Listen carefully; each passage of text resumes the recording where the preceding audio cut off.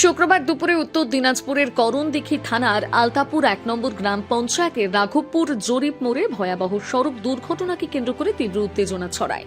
একটি দ্রুতগামী ছোট ৪ চাকার গাড়ি মোটরসাইকেলকে সজোরে ধাক্কা মারলে ঘটনাস্থলেই মৃত্যু হয় মোটরসাইকেল চালক মোহাম্মদ লাল চানের।